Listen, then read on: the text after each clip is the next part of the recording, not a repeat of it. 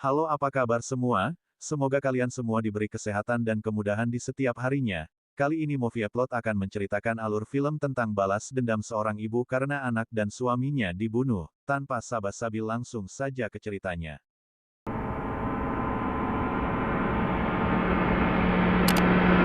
Scene berawal dari seorang perempuan bernama Riley North bersama suaminya, Chris, sedang berada di tengah krisis finansial.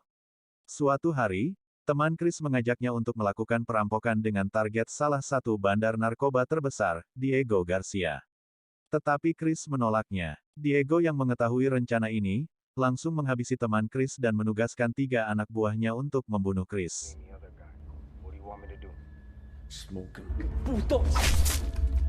Riley dan Chris sedang merayakan ulang tahun putri mereka di sebuah karnaval. Setelah membeli makanan, tiba-tiba datang mobil mendekat dan menembaki mereka.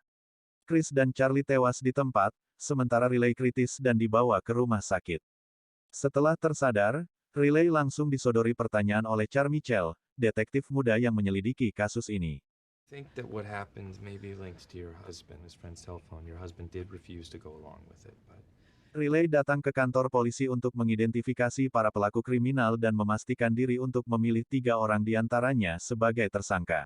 It's number 5. Number 5, step forward. Tetapi di pengadilan, Riley kalah dan tidak mendapat keadilan yang diharapkannya. Riley digiring keluar dari ruang sidang dan dibawa ke rumah sakit, tetapi dia berhasil kabur setelah memukul Carmichael, yang ikut di mobil ambulans, dengan tabung oksigen.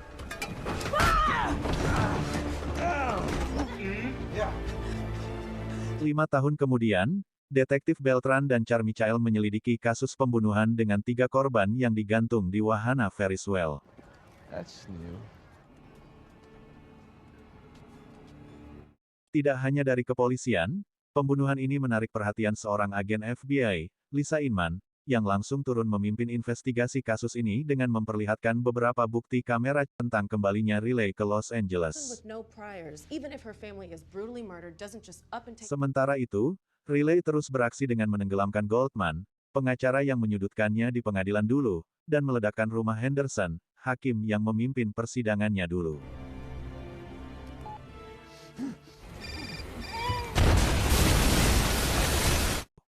Beberapa aksi tambahan ini semakin menguatkan bukti keterlibatan Riley di dalamnya. Sementara itu, Diego disudutkan oleh kartel partnernya karena kehilangan 2 kargo dalam seminggu. In a week. That's all it is. Kemudian Riley merangsek tempat pencucian uang kartel dan membakar semuanya yang membuat Diego semakin marah.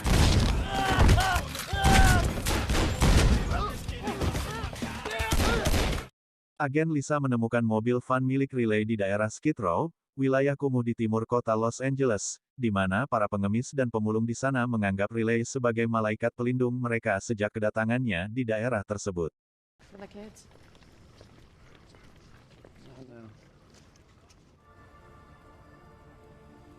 Diego memasang jebakan untuk Riley dengan meledakkan gudang yang kosong.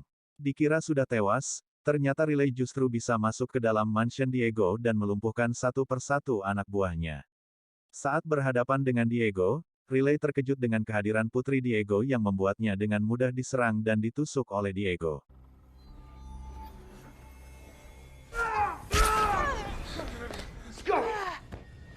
Riley berhasil pergi dari mansion itu dan singgah di rumah Puck untuk mengobati lukanya.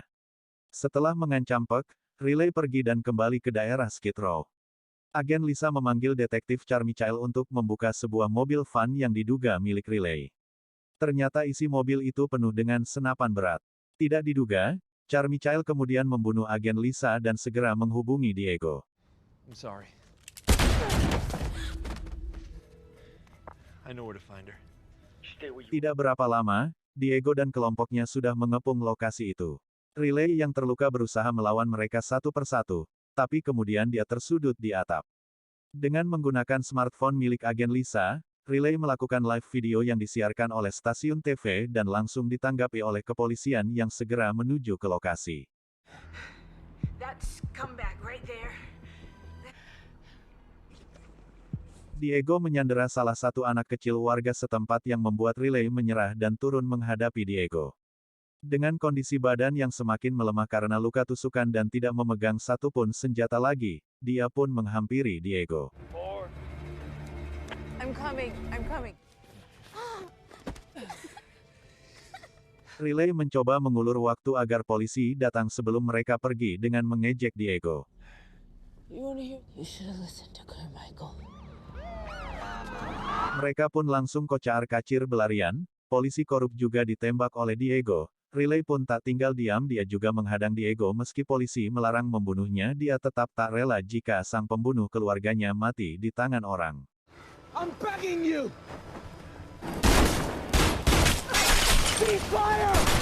Riley pun kembali menemui keluarganya di pemakaman sambil menangis, dia memeluk nisan keluarganya disertai polisi yang menghampirinya.